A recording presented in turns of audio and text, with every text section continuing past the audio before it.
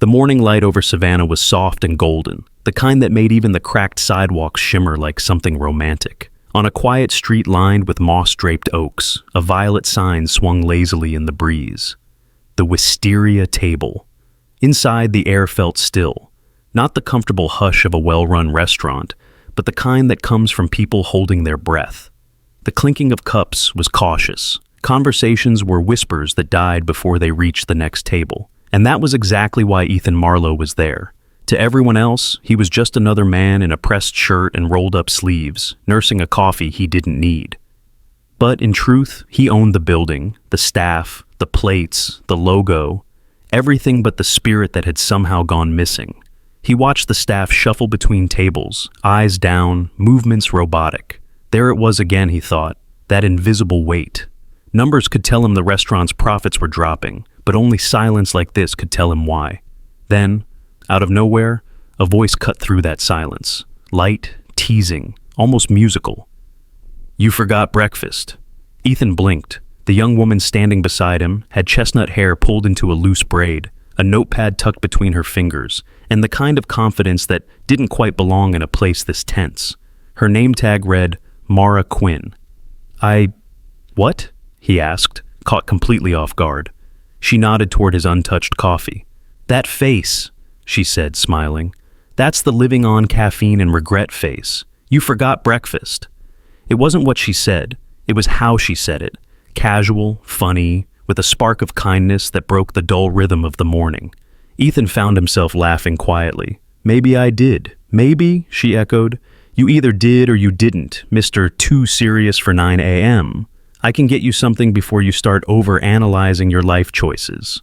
Her tone danced between sarcasm and sincerity, something rare, especially here. "I'll risk the over-analysis," he said, lifting his cup. "Just coffee today." "Suit yourself," she shrugged, tucking the notepad into her apron. "But don't blame me when the caffeine stops pretending to be a meal." And just like that, she was gone, weaving between tables with the easy rhythm of someone who refused to let life turn mechanical. Ethan watched her go. There was something magnetic about her presence, not in the obvious way, but in the way her laughter seemed to challenge the silence itself. She didn't belong in a place like this. Then he noticed the details others would have missed. The frayed menus, the dim light bulb over table 7, the corner booth still wet from a half-hearted wipe down. The restaurant had charm, but it had lost its warmth, and he wanted to know why. When Mara returned with a refill, she placed it down gently. "Careful," she said. "It's strong enough to wake the dead, or at least the manager." Ethan smiled into the steam. "That bad? You'll see," she whispered. "He's allergic to humor." He didn't have to wait long to find out. The kitchen door slammed open like a gunshot. A man in a rumpled vest, mid-40s, thick around the middle and thicker in ego, stormed out. His voice sliced through the dining room. "Mara!" The room froze. "Didn't I tell you to clear the back tables 15 minutes ago? Or is memory not part of your skill set today?" Mara turned, her posture calm, but her jaw tight. "I was serving a customer, Cole. You know, the thing we do here." A couple at the next table looked down at their plates. No one dared breathe too loud. "Don't talk back to me," Cole snapped, his face blotched red. "You think jokes make up for being late? You think this place runs on your little attitude?" Ethan felt the heat rising in his chest. He had heard of Cole Renshaw, the manager, from reports. Strict but efficient, the HR file said. Efficient, Ethan thought bitterly, must have been corporate code for cruel. Mara didn't back down. "I just try to make it less miserable in here," she said evenly. "Someone has to." A sharp, nervous laugh came from one of the customers, quickly stifled. Cole's eyes narrowed. "You'd better learn when to shut your mouth, Quinn. Keep it up, and you'll be entertaining customers on the sidewalk." Mara crossed her arms, chin still lifted. "Better than entertaining you." Ethan nearly choked on his coffee. Around the room, a few suppressed grins appeared and vanished just as fast. Cole turned toward Ethan, expecting backup. "Sir, I apologize for this display. Some people forget respect when they clock in." Ethan met his gaze coolly. "I think she's the only one in here showing it." The words hung there, quiet but heavy. Cole's mouth opened, closed, then twisted. "Enjoy your meal," he muttered, retreating toward the kitchen. When he was gone, the tension deflated. A few staff members exhaled quietly. Mara walked back to Ethan's table, her smile smaller now but still alive. Sorry about that. Our morning entertainment runs on rage and decaf. No apology needed, Ethan said. You handled it better than most would. She tilted her head. Practice. You survive enough morning shifts with Cole, you start developing humor as armor. He chuckled. Does it work? Barely, but it beats crying into the soup. Ethan grinned. Do you always turn survival into stand-up comedy? Only on weekdays, she said, half smiling. On weekends I do tragic poetry. For the first time in weeks, Ethan laughed. Genuinely. Not the polite kind reserved for board meetings. It surprised him how natural it felt. See, Mara said, mock proud. I even got you to laugh before noon. That's premium service. He looked up at her, curiosity flickering behind his calm exterior. How long have you worked here? Long enough to know which tables wobble and which customers tip in nickels, she said, but not long enough to quit. Yet. Yet sounds temporary, he noted. Everything's temporary, she replied, and for a second her playful tone slipped, revealing something softer beneath. Then she smiled again. More coffee? Sure, he said quietly. And maybe another round of honesty? Careful what you wish for, she teased, walking away. Honesty doesn't come cheap. Ethan watched her disappear behind the counter. Around him, the room began to breathe again. Spoons clinked, chairs creaked, whispers returned. But to him, everything had shifted. He had come here for numbers, for reports, for answers buried in spreadsheets. Instead, he'd found a spark, a woman who laughed at fear and still managed to mean it. He took a slow sip of his coffee, the bitterness grounding him. Something was wrong with the Wisteria Table, yes, but it wasn't the food or the furniture, it was the air, thick with silence, control, resignation. And somewhere between Mara's courage and Cole's cruelty, he realized what he had to do. To fix this place, he'd have to stop being the man who only watched. He'd have to live it. For the first time in years, Ethan Marlowe felt a sense of purpose stronger than profit. And it all started with 3 simple words. You forgot breakfast. The skyline of Savannah stretched beyond the glass wall of Ethan Marlowe's office. Riverboats moving like slow ghosts over the water, cranes frozen mid-swing along the docks. Down below, the city glimmered in morning haze, full of the quiet rhythm of commerce. Inside, the air was too perfect. Polished desks, filtered light, silence. A kingdom of order where no one dared breathe wrong. Ethan sat in the middle of it all, staring at the email reports spread across his desk. Numbers, charts, ratios. Everything looked fine, except it wasn't. Revenue at the Wisteria Table had dropped again. Customer retention had sunk by 12%. Staff turnover was climbing. But what bothered him most weren't the numbers. It was the feeling he couldn't name. The same heaviness he'd felt when he sat inside that restaurant the day before. He had built Marlowe Dining Group on the idea that hospitality starts with humanity.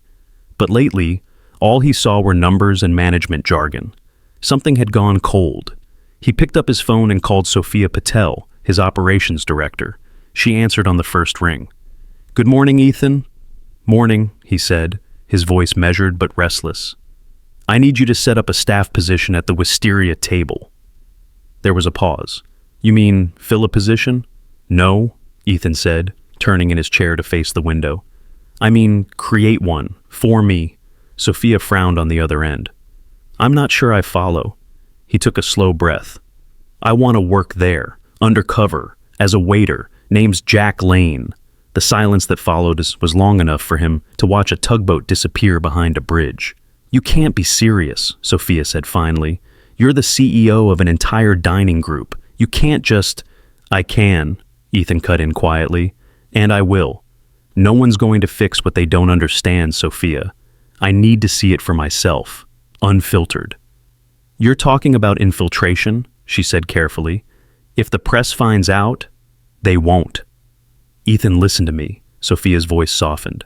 There are protocols, liability issues. If a customer recognizes you, or worse, an employee leaks a photo, then I'll deal with it, he said. 1 month, that's all I need. I want to find out why that place feels wrong. Sophia hesitated. At least let me inform the regional manager. He can help coordinate. No coordination, Ethan said firmly. That defeats the purpose. As far as anyone's concerned, Jack Lane's just another guy looking for work. Sophia sighed. The kind of sigh only loyal assistants of powerful people know. Fine, but you understand what you're risking. He smiled faintly. I understand exactly. I'm risking comfort. Her silence was reluctant approval. All right, I'll handle the paperwork discreetly. You'll start Monday. And Ethan, yes? Try not to fire anyone your first day. He laughed under his breath. No promises. When the call ended, he placed the phone down gently, letting the idea settle. Jack Lane. It sounded ordinary. Invisible. Perfect. Ethan looked at his reflection in the window. Expensive shirt, cufflinks, a watch that cost more than most cars. None of it looked real to him anymore.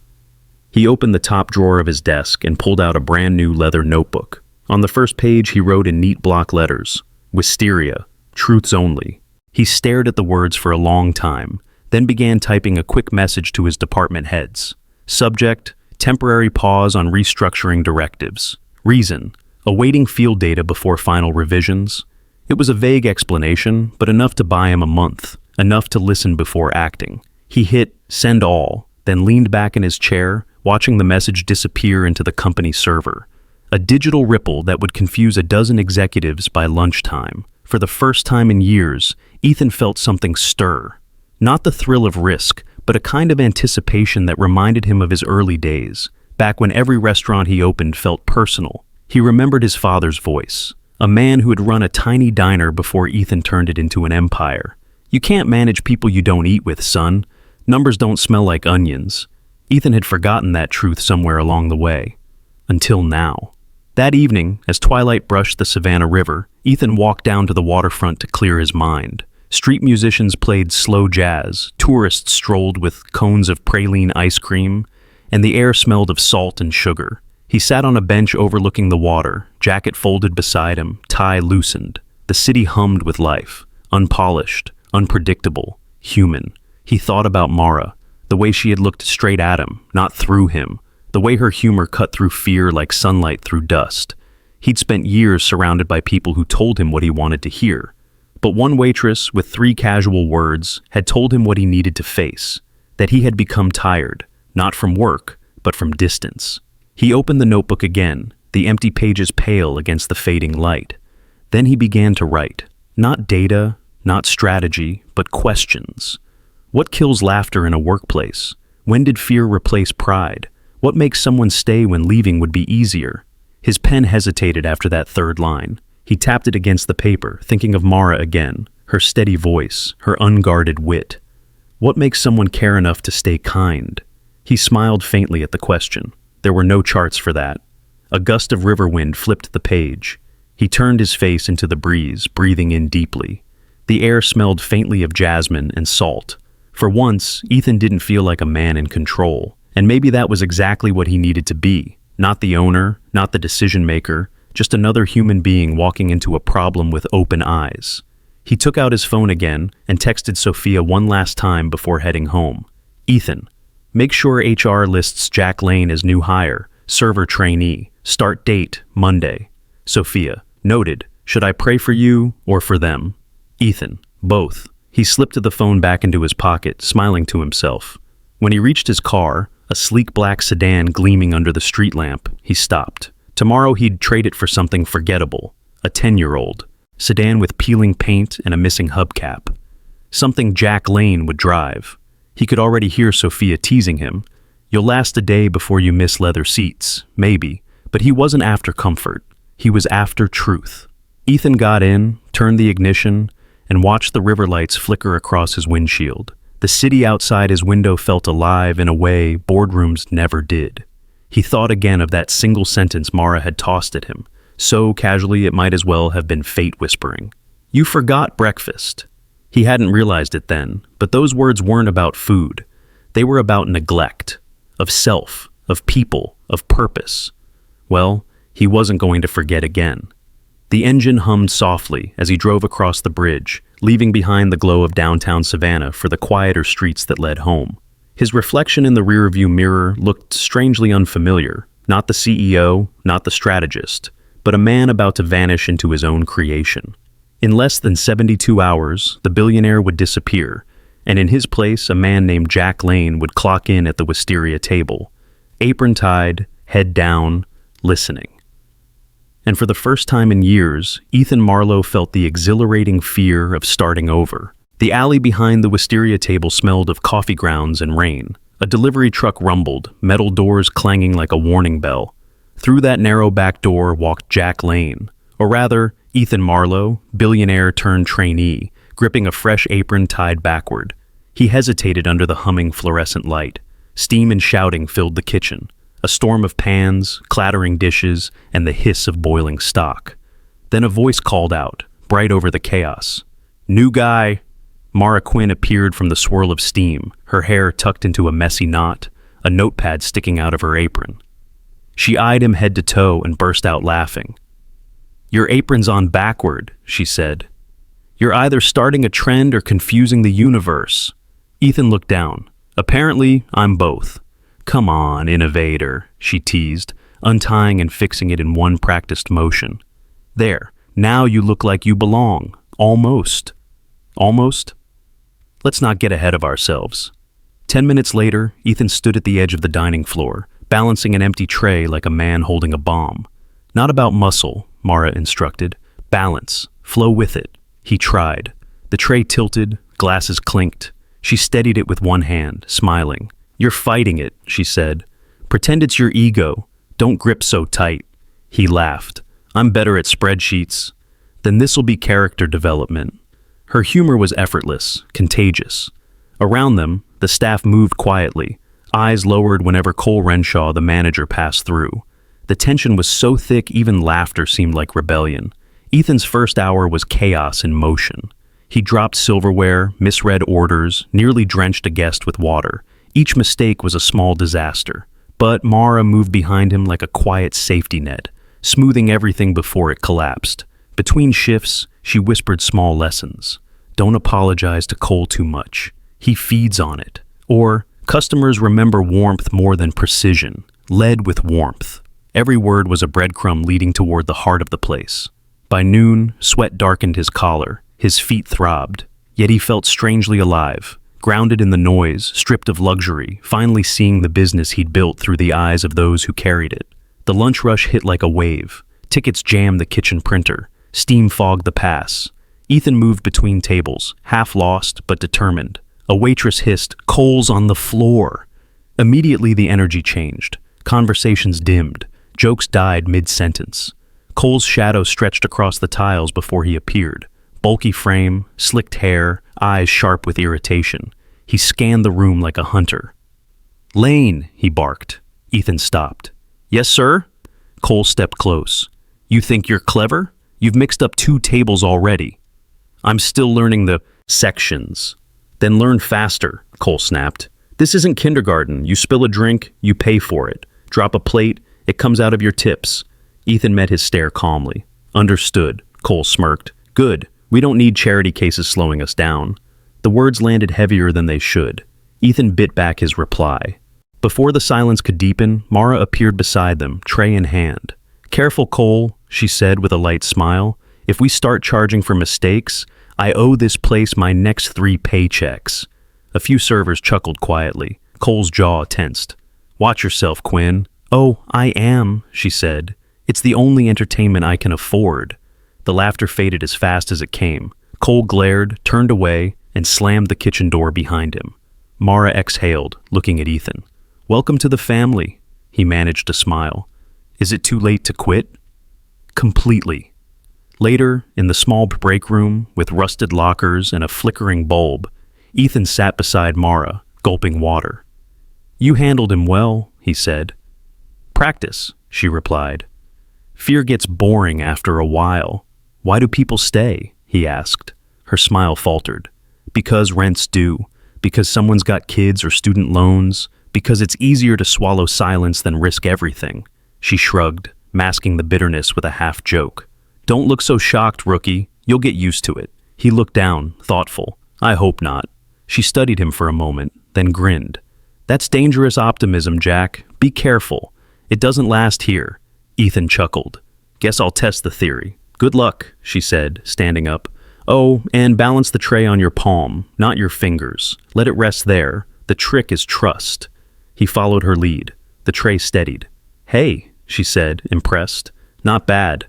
You might survive this week. High praise. Don't get used to it, she teased, opening the door back to the noise. As she stepped through, Ethan watched her silhouette disappear into the light, the one bright thread weaving through a place that had forgotten how to shine. He took out his notebook, the same one that carried his promise. He wrote in small, neat lines, machine broken, staff fearful, leadership toxic, one bright constant, Mara Quinn. He tapped the pen against the page, thinking of her earlier words. The trick is trust. Trust. Something he hadn't practiced in years. Outside, the kitchen came alive again. Orders shouted, pans clattering, laughter briefly surfacing before being swallowed by noise. Ethan closed his notebook, slid it into his apron, and stood. He adjusted the tray against his palm just the way she'd shown him. It balanced perfectly this time. He smiled to himself. The billionaire was learning to serve, and the lesson was already heavier than the tray in his hand. By the time Wednesday came, Ethan had learned how the restaurant truly breathed, in gasps, not rhythms. Every corner of the Wisteria Table seemed to hide a small, quiet exhaustion. The dishwashers wince when bending, the sous chef's trembling hands, the forced smiles that cracked under pressure. He moved carefully now, tray steady, posture humble, listening more than speaking. It was how he began to see the invisible lines, the ones drawn not on the floor, but in fear. That morning, the kitchen was already running on fumes. A storm pressed against the windows, thunder crawling over the Savannah River. The smell of grease and burnt toast clung to the air. At the grill station, Alma Ruiz, 6 months pregnant and moving slower than the rest, was plating orders with quiet precision. Her face glistened with sweat, her apron stretched awkwardly over her belly. She had a soft voice and a calmness that didn't fit this chaos. Cole Renshaw's voice shattered it instantly. Ruiz! Everyone froze. He stormed toward her, eyes sharp, clipboard clutched like a weapon. Why is table 6 still waiting? That plate's been sitting for... He checked his watch. 8 minutes. Alma swallowed. I was making sure the salmon was... Don't talk back, Cole barked. You think customers care about your excuses? You're lucky I even let you work this far along. Ethan, stacking plates nearby, stopped breathing. He turned slightly, enough to see without drawing attention. Cole stepped closer, lowering his voice, but not enough. If you can't keep up, Ruiz, go home. I'll find someone who can move faster. Alma's hand pressed against her belly. Please, Mr. Renshaw, I need this job. I'm fine. Fine? He sneered. You look like a liability. Don't make me file a report. No one spoke. The fry cook turned away. The dishwasher pretended to fix a pipe. Even the hum of the ventilation seemed to retreat. Ethan felt his stomach twist. His instinct was to step in, to say something, anything. But Mara's words from earlier echoed in his mind. Don't feed the fire unless you're ready to burn with it. So he watched, memorized. The clock above the prep station read 11:06 a.m. He noted it silently, committing the scene to memory. Every word, every pause, every witness. Alma's eyes shimmered, but didn't spill tears. She nodded quickly, whispering, Yes, sir. Good, Cole said, turning away. And wipe that counter before you start another plate. Try not to fall asleep this time. He disappeared through the office door. The room exhaled. Ethan put down the plates and crossed the kitchen slowly. Hey, he said quietly. You okay? Alma forced a smile. He just gets nervous during rushes. That's not nervous, Ethan said. That's abuse. She shook her head. Please don't.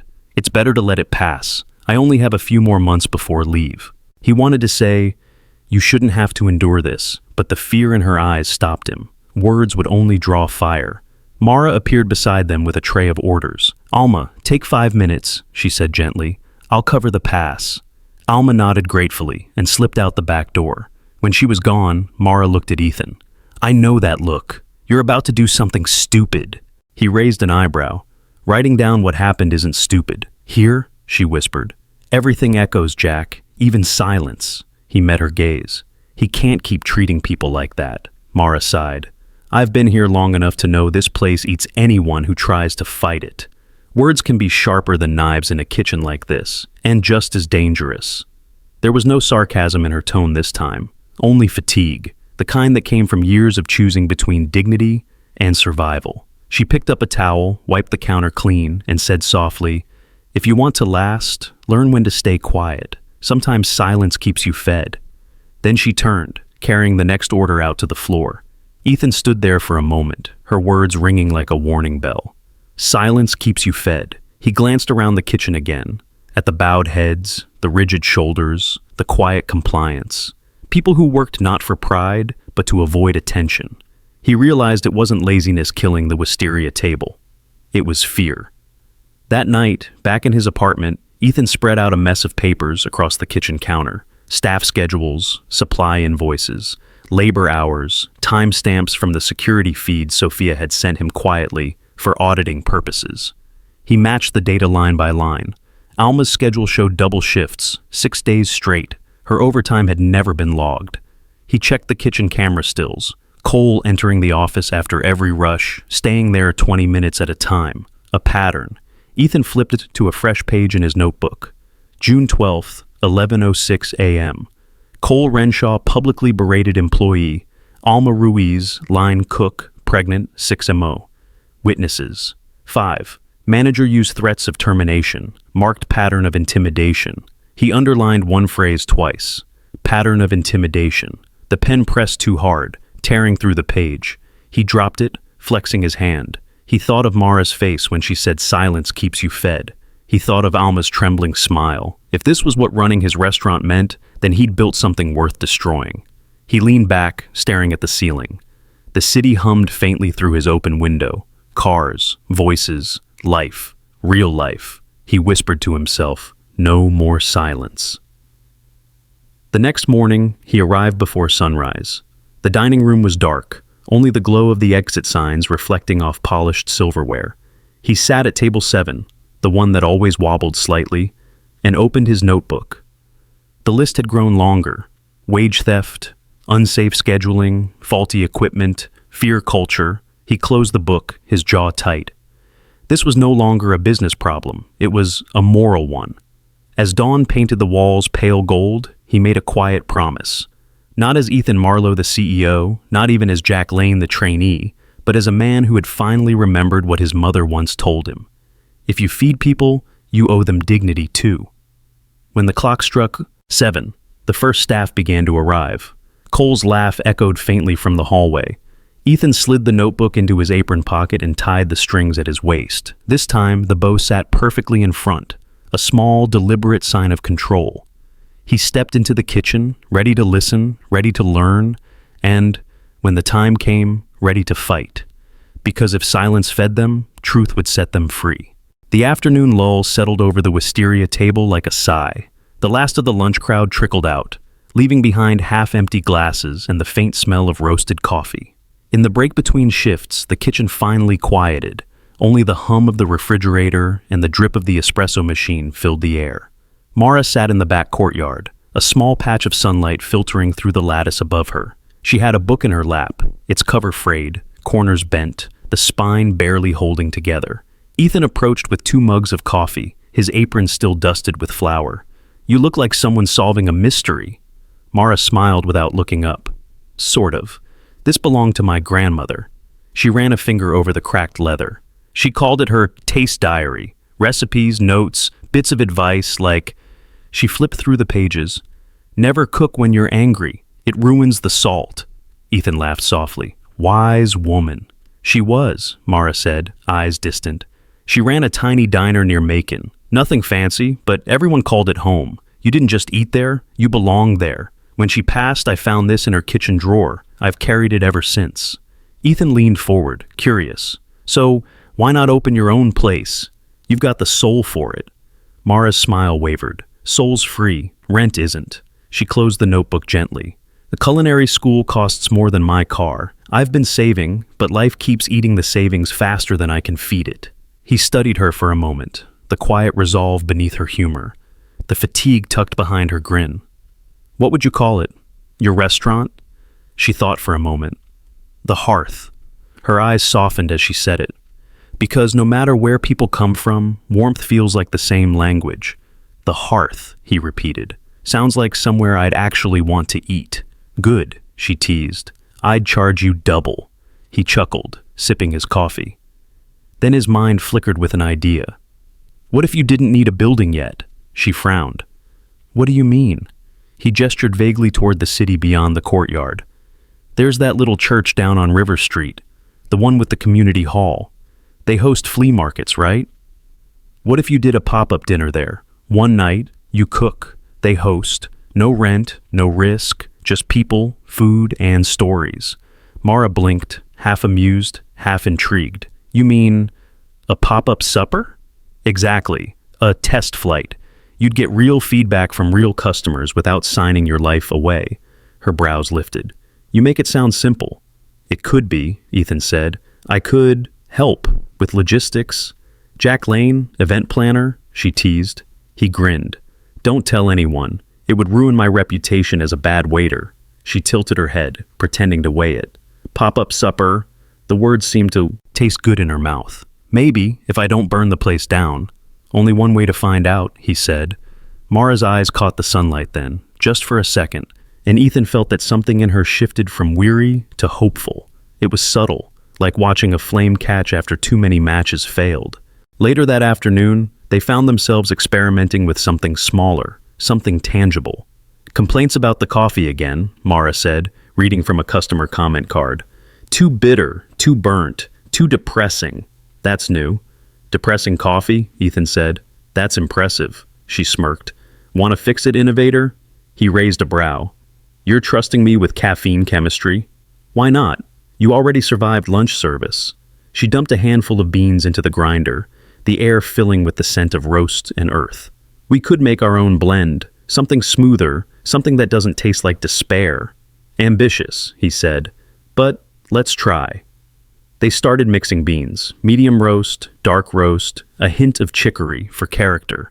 Ethan scribbled notes like a scientist. Mara adjusted ratios like an artist. The first batch, awful, too sour. The second, burnt. The third, drinkable but forgettable. Mara took a sip and made a face. Congratulations, we invented sadness in liquid form. Ethan laughed, choking slightly on his own cup. Maybe that's the secret to staying humble. They tried again, this time with patience and silence. The sound of grinding beans filled the air, rhythmic and calm. Sunlight caught the tiny motes of dust swirling above the counter. Finally, Mara poured 2 mugs, slid one toward him, and said, "Moment of truth." He tasted it. The bitterness had softened into something rich, smooth, grounded. That's it, he said. Balanced. She sipped hers, eyes closing briefly. Balanced, she agreed, like it knows who it's supposed to be. Ethan smiled. Maybe we'll call it Wisteria Blend. A little bitter, but hopeful. Mara grinned. I like that. It's got personality, like you, but drinkable. He laughed, shaking his head. Ouch! Their laughter filled the kitchen, echoing through the empty dining room, an echo of what this place could be if it remembered how to feel alive again. As the sun dipped lower, the courtyard glowed in patches of amber light. Mara sat with her grandmother's notebook again, flipping to a page written in faded blue ink. She used to say, Mara murmured, a recipe is a conversation with the past. Cook like someone's listening. Ethan watched her face soften as she traced the words. There was reverence in the way she looked at the page, as if she could still hear her grandmother's voice in every stain and smudge. He realized then that what she wanted wasn't fame or even success, it was belonging. To build a place where dignity could live between laughter and spice, where work wasn't punishment but purpose. He thought of the empire he'd built, of the investors and the analysts who'd turned food into numbers. What if I've been listening to the wrong conversations all along? Mara glanced up. What? Nothing, he said, smiling faintly. Just thinking how lucky the Wisteria Table is to have you. She laughed softly, shaking her head. You don't know this place like I do, Jack. Luck doesn't live here. He leaned back, watching the last bit of sunlight filter through the lattice. Maybe it just needs to be invited back. For a long moment, neither spoke. The courtyard hummed with cicadas, the air warm and alive. Finally, Mara closed her notebook and said, If I ever open the hearth, I'm stealing that line. Consider it my first donation, he said. She smiled, a real, unguarded one this time. Then maybe there's hope for this place after all. He wanted to tell her she was the hope, but instead, he just nodded, sipping their imperfectly perfect coffee, while the steam curled between them like a promise waiting to be fulfilled. The next morning at the Wisteria Table began like any other. Too bright, too tense, too quiet. The hum of the refrigerator filled the air louder than conversation. Staff moved briskly, but without joy, like dancers following invisible cues. Mara arrived early, as she always did, her hair tied back in a loose braid, and her smile faint but determined. She placed her bag in her locker, ready for another long shift. But when she opened the metal door, something fluttered to the floor. A sheet of paper, official letterhead, Cole Renshaw's signature at the bottom. Notice of disciplinary action. Reason. Attitude. Unprofessional tone toward management.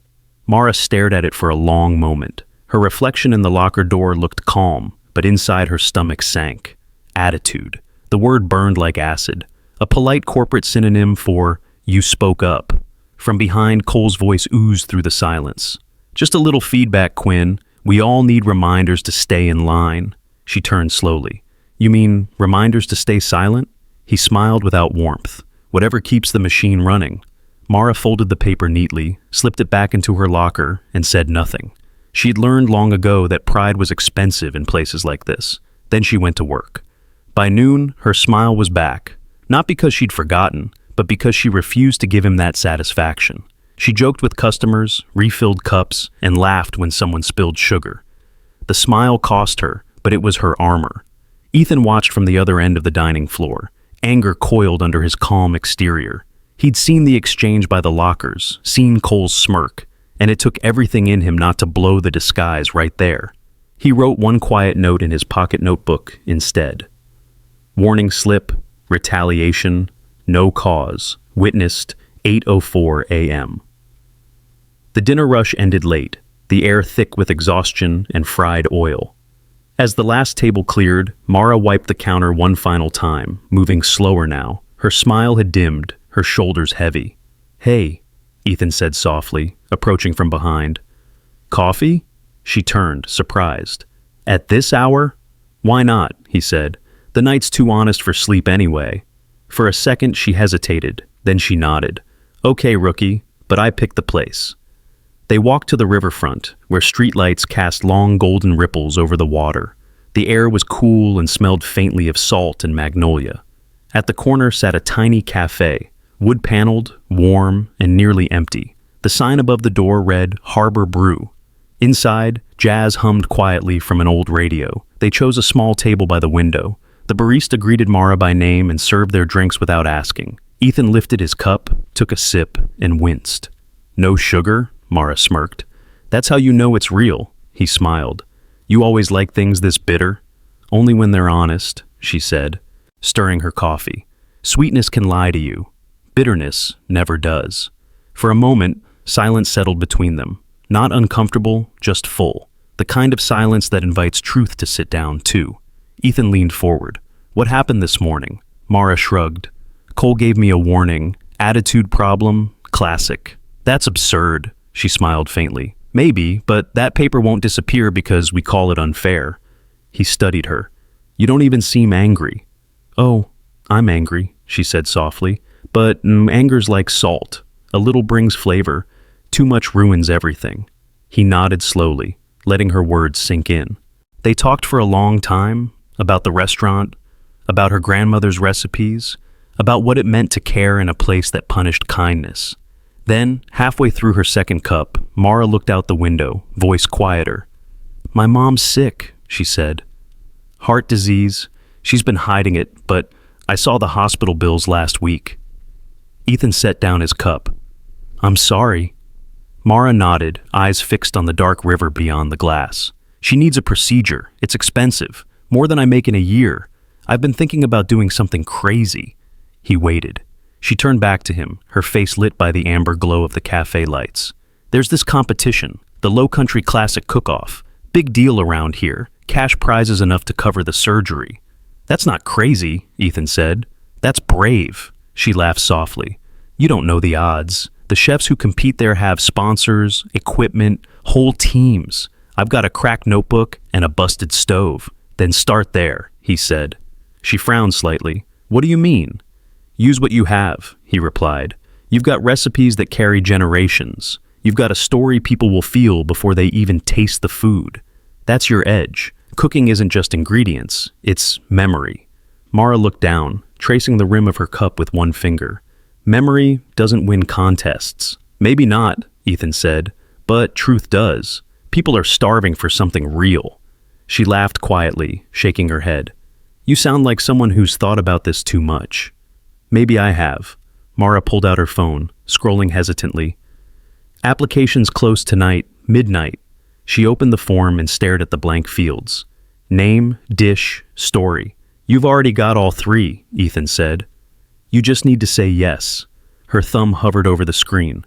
I'll do it, she whispered finally, but you can't tell anyone, especially Cole. He smiled. Your secret's safe with me. Good, she said, because I'd hate to see him find a new excuse to ruin someone's dream. Ethan raised his cup. Then to dreams. Mara lifted hers. And to people who believe in them. They clinked cups softly, the sound small but significant. Outside, the sun was sinking behind the bridge, turning the water bronze. The cafe windows reflected their silhouettes, two people sitting quietly on opposite sides of a small table, bound not by romance but by something rarer, recognition. Mara's phone buzzed. She glanced down, then looked up at Ethan with wide eyes. Email confirmation, she said. I'm in. Ethan grinned. See, the universe likes brave people. Or reckless ones, she said, laughing nervously. He leaned back, watching her excitement bloom. It struck him then how light could return to someone's face so quickly once hope took root. It wasn't just admiration he felt. It was the ache of seeing a person carrying more dignity than the world around them deserved.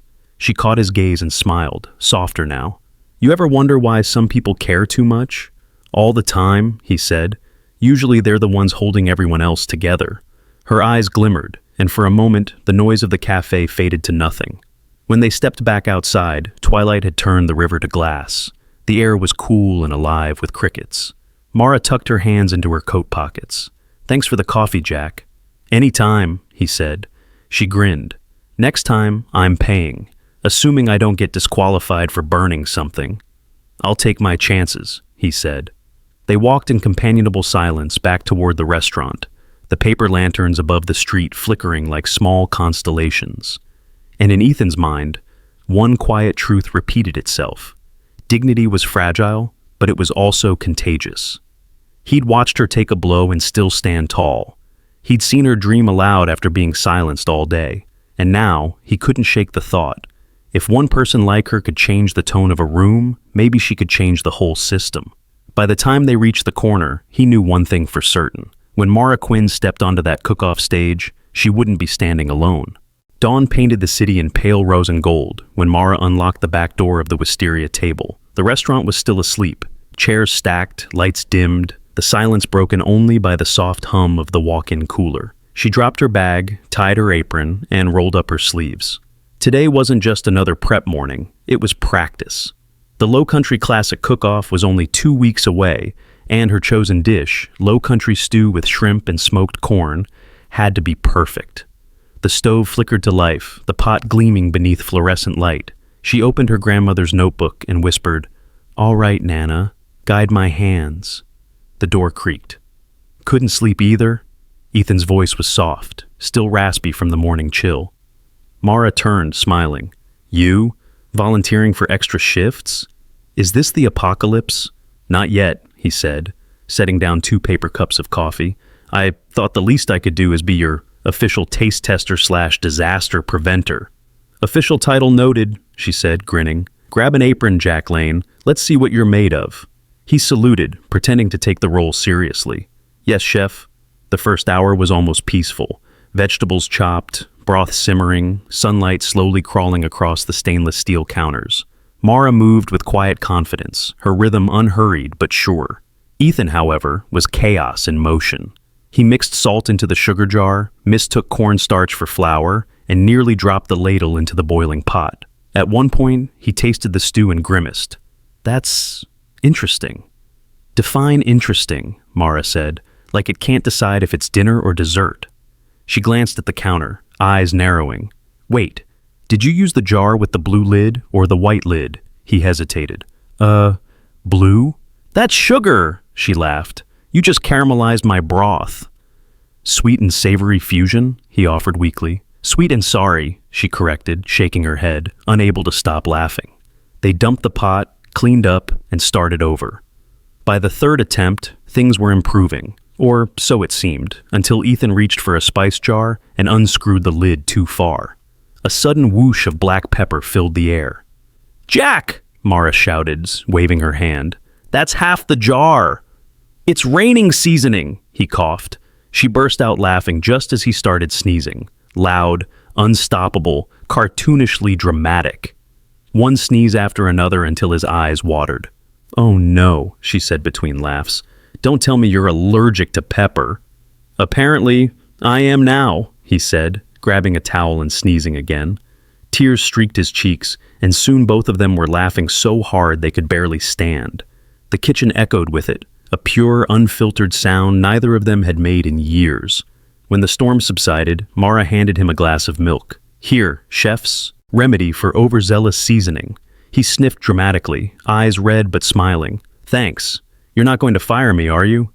Not today, she teased. But next time, label the jars before you poison me. Lesson learned, he said, and she caught the sincerity behind the humor. Then she pointed at the prep counter. All right, let's reset. Step 1 of every good kitchen, mise en place. Mise en what? Everything in its place, she explained, rearranging the tools and jars in neat lines. A kitchen's like life. You can't create anything good in chaos. Ethan nodded slowly. Then I've been living without mise en place for years. She smiled softly. Then maybe this is your practice too. They worked quietly after that. No laughter, no teasing, just rhythm. The sound of knives on cutting boards, spoons clinking against metal bowls, broth bubbling on the stove. The kitchen transformed from battlefield to heartbeat. When Mara leaned over to taste the stew again, Ethan reached beside her for the ladle. Their hands brushed, warm skin against cold steel. Neither moved. The air changed. The steam from the pot wrapped around them, carrying the scent of thyme and corn and something else, something electric. Mara looked up, her eyes close enough for him to see the tiny flecks of amber near her pupils. He meant to step back. Instead, he leaned in.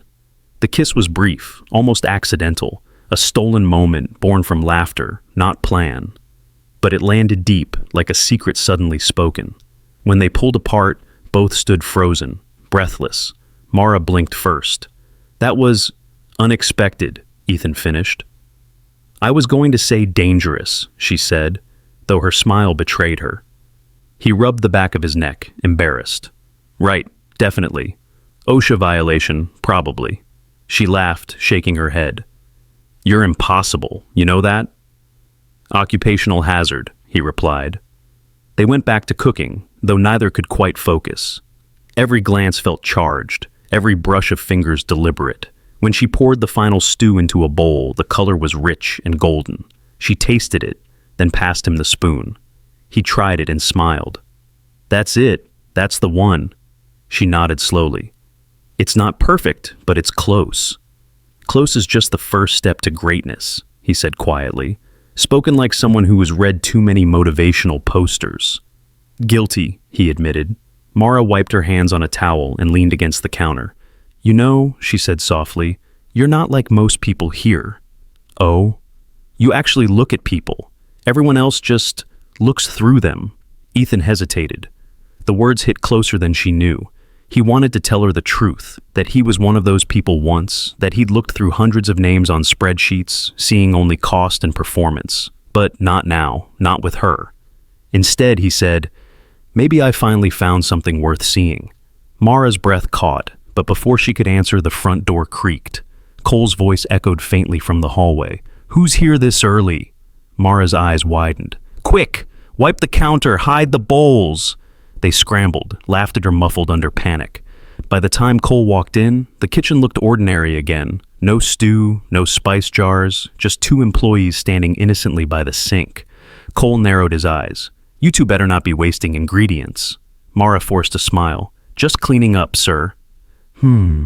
He glanced around once more, then disappeared into the office. When the door shut, Mara exhaled. That was close. Ethan grinned. Worth it. She rolled her eyes, but her smile lingered. Don't make a habit of it, rookie. He nodded, though inside he wasn't sure if he was agreeing or lying, because the truth was already growing too heavy to keep. And for the first time since walking into the Wisteria Table, Ethan Marlowe wasn't sure which frightened him more, getting caught or losing her trust when the mask finally came off. By midweek, the air inside the Wisteria Table had turned sharp. Even the regulars seemed to sense it. Laughter was scarce, conversation hushed. The scent of fear mixed with the smell of coffee and lemon polish. Cole Renshaw walked through the dining room like a storm in human form, his shoes striking the tile in angry rhythm. The staff scattered before him, except for one person, Mara Quinn. She was balancing a tray of teacups when his voice cut through the quiet like a knife. Quinn! The cups rattled but didn't fall. She turned, steady, the way people do when they have learned not to show the tremor inside. Yes, sir? He waved a piece of paper in her face. A printed inventory sheet, red marks across the columns. You want to explain why we're missing half a case of shrimp, 2 bottles of white wine, and an entire bag of cornmeal. Mara blinked, caught off guard. What? You heard me, Cole snapped. Either you've been stealing, or you're feeding a small army behind my back. The restaurant went silent. Even the coffee machine stopped dripping. I haven't taken anything, she said firmly. Every ingredient I've used, I bought myself. You can check. Oh, I will check, Cole interrupted, voice dripping with mockery. And when I find proof, I'll make sure you never work in Savannah again. No kitchen, no diner, no church bake sale will take you. Mara stood her ground, but her knuckles turned white around the tray. You're making a mistake. Cole leaned closer, his smile thin and cruel. You made it, not me. Then he turned and walked back toward the kitchen, leaving the staff frozen in place. Ethan stood at the far end of the dining room, his blood pounding in his ears. Every word felt like a nail driven into the wall of his restraint. He wanted to tear the accusation apart, to fire Cole on the spot, but Jack Lane couldn't do that. Only Ethan Marlowe could. And right now, that name was still locked behind the disguise. Mara took a deep breath and walked past him toward the kitchen, shoulders straight. He caught a glimpse of her eyes. Not angry, not frightened, just quietly shattered. That night, the restaurant closed in silence. The last table wiped, the lights dimmed, the smell of bleach replacing everything else. Mara left quickly, not looking back. Ethan stayed. He sat in the office with a folder of invoices spread before him. The small space was lit by a single cold bulb overhead, the kind of light that made everything feel like evidence. Sophia Patel's voice crackled through his phone speaker. You sure about this? Yes, Ethan said, scanning the receipts with growing intensity. I need everything. Delivery logs, purchase orders, inventory sheets. If Cole's cooking up fake shortages, I'll find it. Ethan, Sophia said quietly, you're walking a thin line. One wrong step and this becomes corporate espionage against your own company. I'm not stealing trade secrets, Sophia, he said. I'm defending someone from being destroyed for telling the truth. You could defend her as yourself. He hesitated. Not yet. If I show my face now, Cole will bury the trail before I can prove anything. Sophia sighed. Then at least promise me one thing. No bribes, no planted evidence, no gray tactics. The line's thin enough. Ethan leaned back, rubbing his eyes. No shortcuts, only facts. He pulled a notebook closer, writing as he spoke. Date of accusation, Wednesday. Missing items, shrimp, wine, cornmeal. Cross-reference with supplier delivery logs from Monday. A few minutes later, Sophia's voice returned, sharper now. Found it. The quantities match. Nothing's missing. Ethan exhaled slowly. So he forged it. Or he's hiding it somewhere, Sophia replied. Either way, you've got leverage. You just can't use it publicly without revealing yourself. Ethan stared at the invoices, their numbers bleeding into one another under the fluorescent light. Then we find another way, quietly. He worked late, collecting data like breadcrumbs. A delivery signature here, a timestamp there. Every record built the same truth. Mara hadn't taken a single thing. He rewound security footage from the storage corridor, his jaw tightening with each frame. There she was, clocking out with nothing but her worn-out tote bag. No contraband, no missing boxes, just exhaustion. Then Cole appeared in the next segment, slipping into the storage room at midnight, alone. The screen froze on his reflection in the glass, a smirk half hidden by shadow. Ethan took a breath. Got you. He copied the footage, labeling it evidence, confidential. For the first time in years, he wasn't chasing profits or numbers. He was chasing justice, the quiet, unglamorous kind that no one would ever applaud. The next morning, Mara arrived early again, her expression unreadable. She tied her apron, greeted customers, and served breakfast like nothing had happened. But Ethan saw the small tremor in her hands when she poured coffee, the way her smile faltered for a split second before returning. At one point, she caught him watching. "You ever wonder," she said softly, "why people who do wrong sleep so well, and those who try to do right lie awake?" Ethan met her eyes. "Maybe because conscience doesn't come with an off switch." She gave a tired smile. "If that's true, mine's been screaming lately." He wanted to tell her everything. The footage, the proof, the fact that she wasn't alone, but he couldn't yet. The truth needed timing, and timing was its own kind of courage. That night, Ethan met Sophia in the office again. She pointed at the growing pile of files. "You've got enough here to fire him twice." "I don't want revenge," Ethan said quietly. "I just want the truth to speak louder than his lies." "Then what's the plan?" He looked out through the frosted glass window. Beyond it, Cole walked down the corridor, his silhouette distorted by the light. "We wait," Ethan murmured. "He'll hang himself with his own rope." Sophia capped her pen. "And Mara?" "She doesn't need more battles right now," he said. "She needs a win." "Like the cook-off," he nodded. "Exactly." Sophia studied him for a long moment. "You care about her." He didn't answer. He didn't need to. Later, alone in the kitchen, Ethan watched Mara through the glass door as she packed her things. Her shift was done.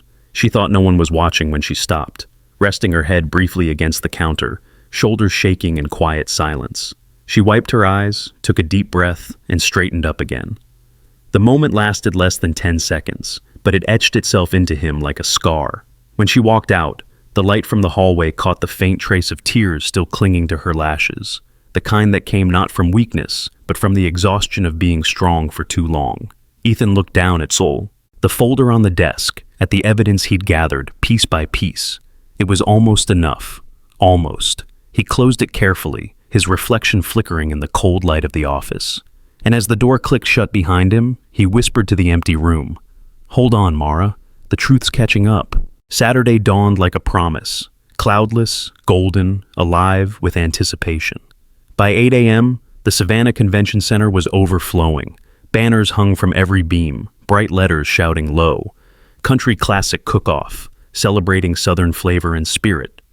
Inside the main hall, rows of cooking stations gleamed under floodlights. Stainless steel counters lined with ingredients. Shrimp, okra, cornmeal, bay leaves, and everything that smelled like home. The air buzzed with camera crews, reporters, and the low hum of excitement from hundreds of spectators. Mara stood at Station 14, her name stitched in small letters on a plain white apron. Her hands trembled, not from fear, but from the weight of everything that had brought her here. Her mother's failing heart, her grandmother's recipes, the warning slip still folded in her locker. Ethan stood among the crowd, disguised in a plain baseball cap. No apron, no clipboard, just quiet eyes that couldn't look away from her. Sophia's voice whispered through his phone earpiece from somewhere backstage. "You sure about showing up here in person?" "I'm not missing this," he said. "Not after everything she's fought for." The host's voice boomed over the loudspeakers. "Welcome, everyone, to the Low Country Classic. Today our contestants will craft dishes that embody the soul of the South. Flavor, heart, and story." Mara exhaled and reached for her knife. When the timer started, she moved like a conductor, calm, deliberate, precise. The world narrowed to the rhythm of chopping onions, the sizzle of butter melting in the pot. Ethan watched her from the stands, his pulse matching her pace. When the judges passed by, one paused at her station. "What are you preparing, Ms. Quinn?" She smiled, stirring the pot. "I call it Wisteria Harbor Stew. It's my grandmother's recipe, a mix of shrimp, corn, and soul. It's about bringing home to the table, no matter where you are." The judge nodded thoughtfully. "And what's your secret ingredient?" "Hope," Mara said simply, her eyes glinting. "Because that's what makes people stay for dessert." Laughter rippled through the audience. Ethan smiled. It was so very her, warmth wrapped in wit. 2 hours passed in a blur of steam, shouts, and applause. Some contestants burned their roux, others spilled sauces in panic. Mara, though, held steady, humming softly to herself as she plated her stew in white ceramic bowls. She added a sprig of thyme to each, then wiped the rim clean with a towel, like it was a ritual. When the judges tasted it, the room seemed to pause. One judge, a silver-haired critic known for her sharp tongue, closed her eyes, savoring. "This," she said, "tastes like Sunday afternoon in a house with open windows." Another leaned forward. "You've captured warmth and flavor. It's honest cooking, unpretentious, but full of life." Mara's eyes watered, though. She blinked quickly to hide it. Ethan clapped quietly from the crowd, pride swelling in his chest. He wished she could hear him whisper, "You did it." Then came the moment of judgment. The host stood on stage holding the golden envelope. The crowd hushed, cameras aimed, lights glaring. "In third place," he announced, "goes to Chef Luis Ramirez for his bourbon-glazed catfish." Applause. Luis grinned, waving his trophy. The host smiled wider. "And in second place, for a dish that tasted like home itself, Mara Quinn, with her Wisteria Harbor stew." For a heartbeat, Mara didn't move. Then realization struck, and the audience erupted into cheers. She covered her mouth, stunned, tears brimming. Ethan rose to his feet, clapping until his palms stung. Sophia, watching from backstage, smiled. "She did it," she whispered. Mara walked up to the stage, clutching her apron like a lifeline. The host handed her a silver trophy shaped like a spoon, engraved with her name, and a check large enough to save her mother's life. "Would you like to say a few words?" the host asked, holding the microphone. Mara hesitated, then nodded. She took the mic, voice trembling but clear. "I grew up believing that food was more than survival. It was connection. Every bowl, every meal was a way to say I care about you. My grandmother taught me that cooking is about bringing people home, even if you have to build that home yourself." The crowd cheered, the judges smiled, and Ethan felt a sting behind his eyes. "And," Mara continued, "there's someone here today who reminded me not to give up when the world got cruel. So, thank you, whoever you are. You know who you are." Ethan's throat tightened. He wanted to step forward, to tell her that he knew, that he felt the same, but fate had its own timing. Near the edge of the crowd, a local news crew had gone live for the evening segment. The reporter, a tall woman with a familiar southern lilt, turned to face the camera. "Joining us at the Low Country Classic," she said, "is a surprising guest. Ethan Marlowe, CEO of the Marlowe Hospitality Group, which owns the Wisteria Table. Sources confirm he's been here all morning." The camera panned toward him. In an instant, every lens and eye in the room followed. Ethan froze. Mara, still on stage, blinked in confusion. Her gaze scanned the crowd, then stopped. Their eyes met across the sea of faces. Her smile vanished. The host said something. Applause, laughter, noise, but all of it faded into the hollow ringing in her ears. She stepped back from the microphone, trophy trembling in her hands. "Ethan Marlowe," someone whispered nearby. "That's the owner of the Wisteria Table. Isn't he the guy who—" Mara's lips parted, but no words came. Every laugh, every shared morning, every touch in that kitchen suddenly rewrote itself in her mind. The mystery, the kindness, the things he hadn't said. He took a step forward, desperate to reach her. "Mara!" She shook her head once. Small, sharp, final. The crowd roared again as the winner was announced. But she didn't hear it. She was already walking away, trophy clutched to her chest like a shield. The stage lights followed her for a few seconds, then let her go. Ethan watched helplessly as she disappeared through the exit doors, her silver trophy glinting under the cameras, the same light that now felt merciless. Outside, the air was heavy with summer heat. Mara stood by the riverwalk, the laughter and music from inside fading behind her. She looked at the trophy in her hands, her name carved into it, shining with pride and betrayal all at once. A breeze lifted her hair as the reflection of the city shimmered in the water below. She whispered to herself, almost laughing through tears. So that's what honesty costs. Behind her, Ethan pushed through the crowd, but by the time he reached the door, she was gone, swallowed by the city she once called home. He stood there in the doorway, applause still echoing behind him, and realized that victory meant nothing if it came at the price of someone's trust. The morning after the cook-off, the Wisteria Table felt like a place that had forgotten how to breathe. Reporters crowded the entrance. Cameras flashed behind the glass. Headlines screamed from every phone screen in town. Billionaire CEO went undercover as waiter. Social experiment or betrayal. Inside, the staff whispered in corners, confusion heavy in their voices. The laughter that Mara used to spark here was gone, replaced by unease and the sterile buzz of fluorescent lights. Ethan stood by the window of his office, his real office this time, watching the chaos below. He'd spent half the night replaying her look at the competition, that moment when recognition turned to disbelief. The truth was out, and the truth had teeth. Downstairs, Mara unlocked her locker for the last time.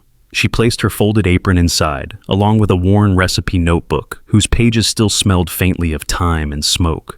Ethan appeared in the doorway, no disguise, no cap, no pretense, just himself, tired, hollow, but determined. Mara, she didn't turn. Mr. Marlowe, she said quietly. The distance between their names said everything. I tried to call you, he said.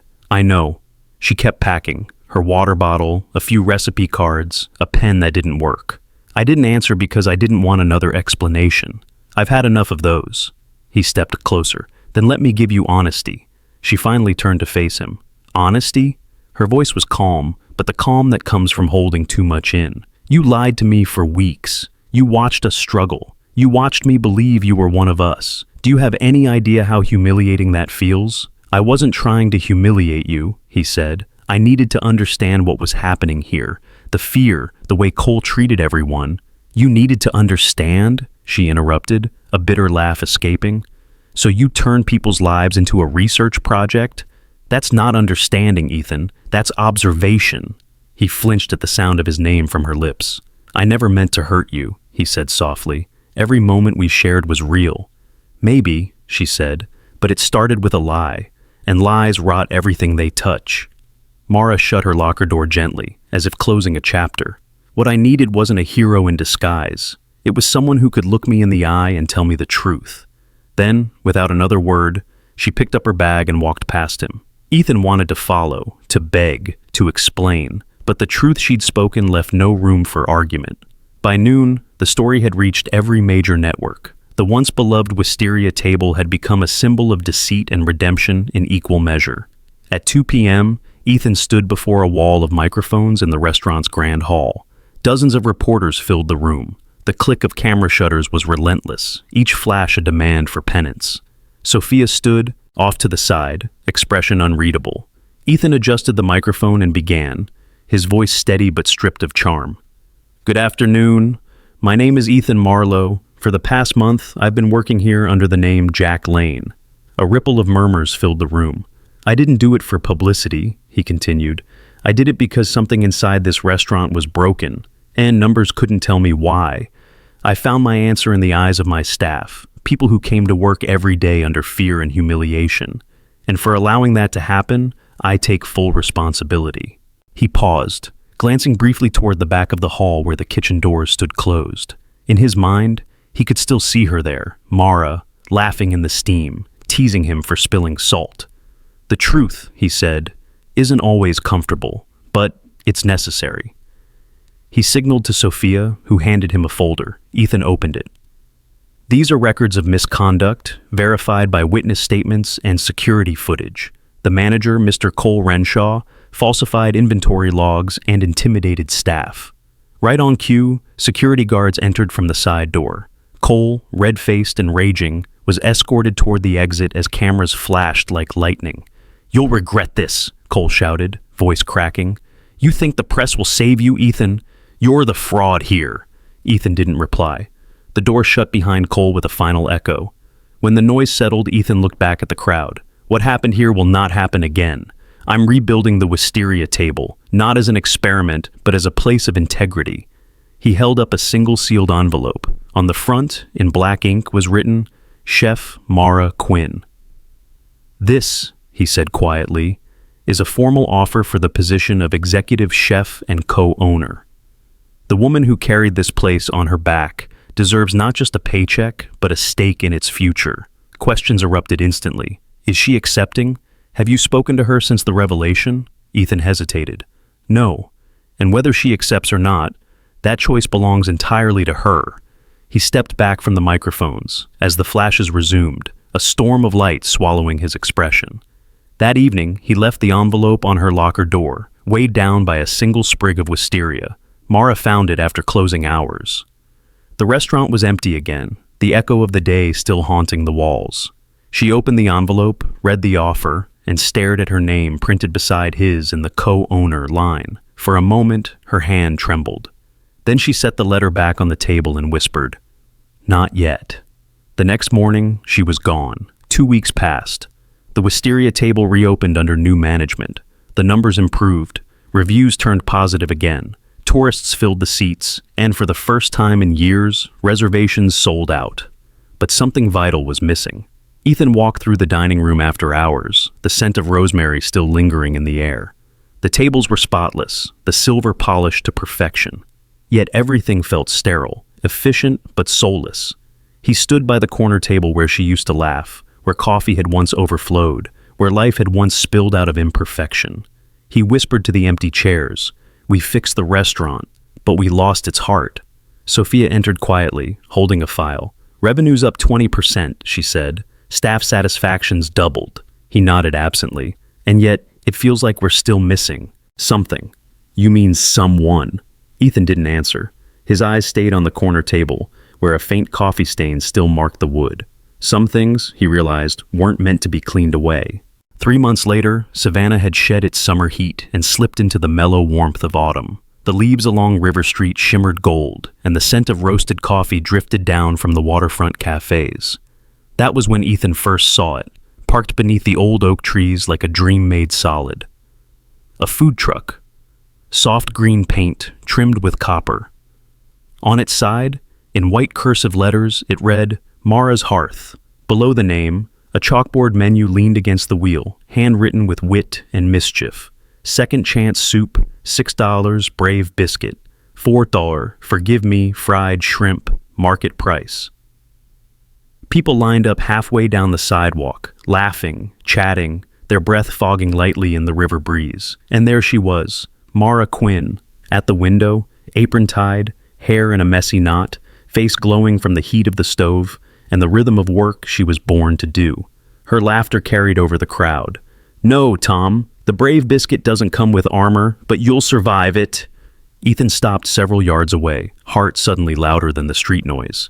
He hadn't seen her since the day she walked out of the Wisteria Table. He'd followed her progress quietly, through whispers in the paper, a short interview on local radio, the viral photo of her handing soup to a homeless veteran with that same bright smile. But seeing her now, alive, thriving, unbroken, was something else entirely. He moved to the end of the line and waited. Ahead of him, a woman with silver hair and a notebook tucked under her arm was sampling from a small paper cup. Her sharp eyes softened as she tasted. "This is beautiful," the woman said. "Thank you," Mara replied, wiping her hands. "Name's Elise Garner," the woman said. "Savannah Daily Review. I stopped for coffee and found a story instead." Mara blinked, surprised. "Oh, wow. I don't have much of a story." Elise smiled. "That's where you're wrong, dear. The best stories are the ones that heal people." She scribbled a note, dropped a card on the counter, and added, "Expect a call tomorrow. Your hearth deserves a full feature." Then she turned, slipping away into the crowd just as the next order was ready. Mara exhaled, a mix of disbelief and pride. She turned to grab a clean ladle, and froze. At the very back of the line, leaning slightly forward, hands in his pockets, stood Ethan Marlowe. For a second, she thought her eyes were playing tricks, but then he smiled, awkwardly, almost shyly, and raised one hand in greeting. Her expression didn't change, not anger, not joy, just careful stillness. He waited his turn. 20 minutes later, when he finally stepped to the counter, she crossed her arms and said, "You planning to order or confess?" "Maybe both," he said. Her lips twitched despite herself. "We're cash only." He reached into his bag and pulled out a folded white apron. It was new, still creased. He placed it gently on the counter between them. "Then I'll pay in labor." She looked at the apron, then up at him. "Ethan, I'm not here with cameras, no reporters, no speech," he said, voice low. "Just me." She arched a brow. "You always did prefer making a scene. Not this time, he said. You made something beautiful out of what I broke. I don't want to take it back. I just want to stand next to it. She studied him carefully. He wasn't in his usual crisp suit. Instead, he wore a faded denim shirt, sleeves rolled up, shoes scuffed with road yeast. The billionaire armor was gone. What stood there was a man stripped to truth. You came all the way here to wash dishes? She asked. If that's where I'm needed.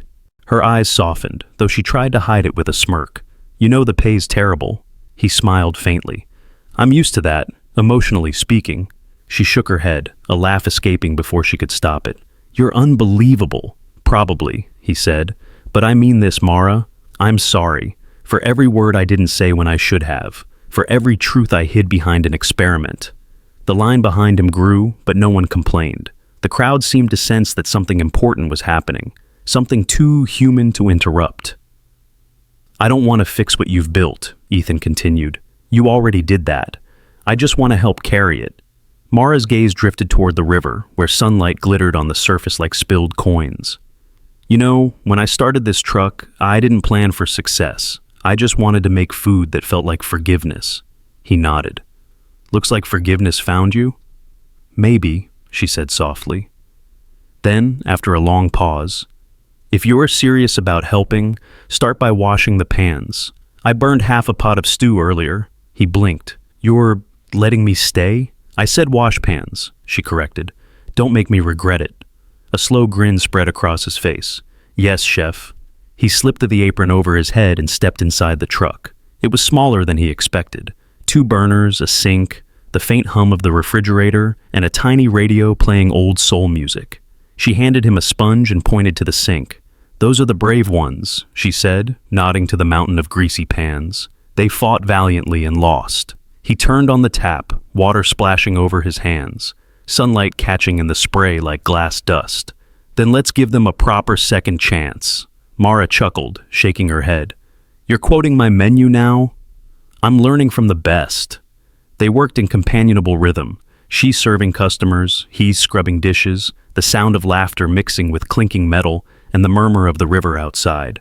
Every so often she glanced at him, and each glance carried a little less anger, a little more understanding. When the last customer left, the sky had turned honey orange. Mara leaned against the counter, tired but glowing. Not bad for your first shift. Best job I've ever had, he said. She smiled faintly, wiping her hands on her apron. You missed a spot. He looked down at the sink, one last skillet gleaming in the twilight. He rinsed it carefully, set it on the drying rack, and said, I'll get it right next time.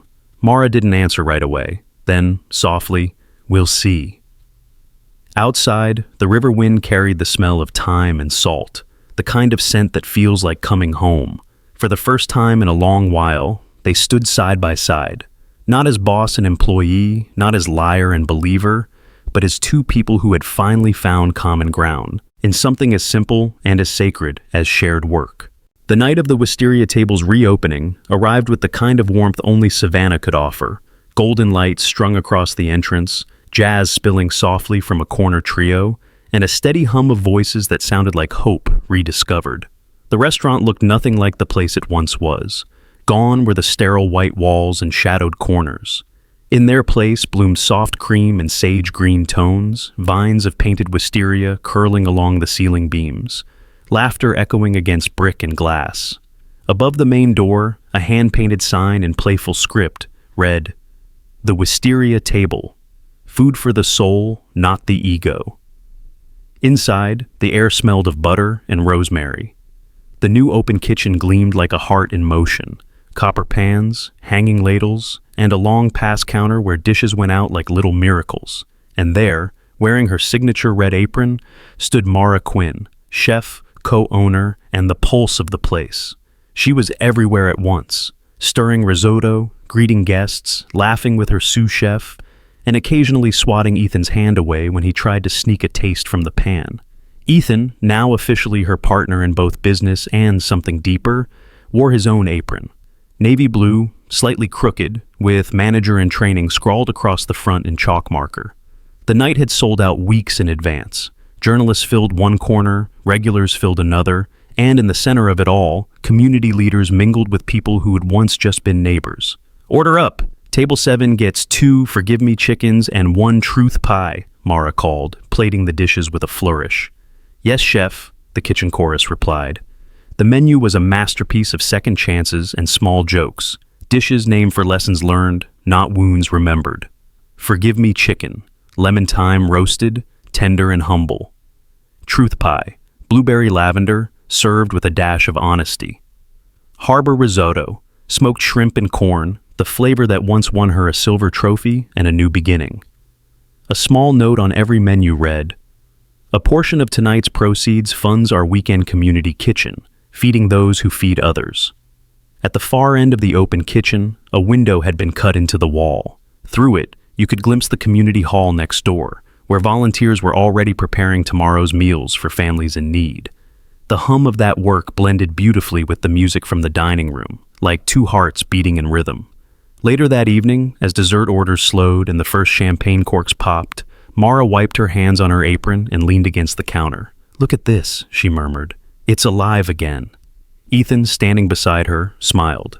"Because you brought it back." She glanced at him. "We brought it back." He chuckled. "I mostly washed pans and broke 2 wine glasses." "Progress," she teased. They stood there for a moment, watching the laughter, the clinking glasses, the gleam of plates leaving the pass. It was more than success. It was redemption turned into atmosphere. Sophia approached, clipboard in hand but a grin on her face. "Everything's running smooth," she said. "Reservations are full for 3 weeks. The community kitchen's already trending online." Ethan nodded, pride flickering across his features. "Let's make sure it keeps that way. No hierarchy, no fear, no Cole 2.0. Mara smirked. "Agreed. And no corporate speeches either."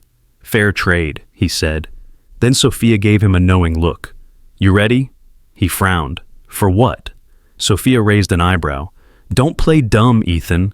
You've been pacing by the pass for 15 minutes. Mara turned. "Pacing for what?" But before either woman could question further, the lights dimmed slightly. The jazz softened. A hush rippled through the room. Ethan stepped out from behind the counter, nervous energy visible even under his calm smile. Mara blinked, confused. "Ethan, what are you—" He stopped at the center of the open kitchen, right in front of the pass counter. The same spot where so many plates had left for strangers' tables, but this time, it would carry something else entirely. He set down a small wooden spoon beside a tiny velvet box. The restaurant fell completely silent. Ethan took a deep breath. "You once told me kitchens are where truth lives. No disguises, no titles, just work, heat, and heart." Mara's hand went to her mouth, eyes widening. He continued, voice soft but steady. "So, here, in front of everyone who saw us fall and rebuild, I want to say the truth I should have said the first day I met you. No experiments, no secrets, just this: I love you, and I don't want to run a restaurant without you, or a life without you either." He sank to one knee. The light caught the ring as it gleamed beside the wooden spoon. Gasps fluttered through the crowd. Ethan smiled up at her. "No disguises, no hidden names, just us, and this kitchen. Will you marry me, Mara Quinn?" For a long, heart-stopping second, she said nothing. Then, slowly, tears welled in her eyes. Not from shock, but from recognition. She laughed softly, shaking her head. "You really had to make a scene again, didn't you?" "Occupational hazard," he whispered. The crowd chuckled. Someone at the bar raised a glass. Mara took a deep breath. "Fine, but I have conditions," he grinned. "Of course you do.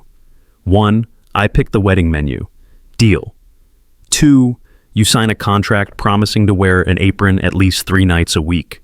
The room burst into laughter. Ethan placed a hand over his heart. 3 nights? That's a long-term commitment." "Then you'd better start scrubbing," she said, wiping her tears, voice trembling between laughter and love. He stood, still smiling. "So, that's a yes?" She nodded, eyes bright. "That's a definitely yes." Applause erupted, loud, joyful, unrestrained. Glasses clinked, music swelled, and somewhere in the back, Sophia wiped at her eyes and muttered, "Finally." Ethan slipped the ring onto her finger, their hands steady this time. The wooden spoon and the diamond glinted side by side, 2 symbols of work and love, equally sacred. Later that night, after the guests had toasted and danced, Mara and Ethan stood in the open kitchen again. The staff was cleaning, the laughter softening into the rhythm of clattering pans and distant jazz.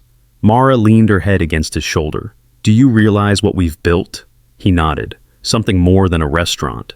She smiled. "A hearth," he whispered, "and a home." Through the glass windows, the city shimmered. The sign above the door glowed in soft gold light. Inside, warmth spilled from every table, every plate, every story being told over dinner. The Wisteria Table had been reborn, not as an empire, but as a family,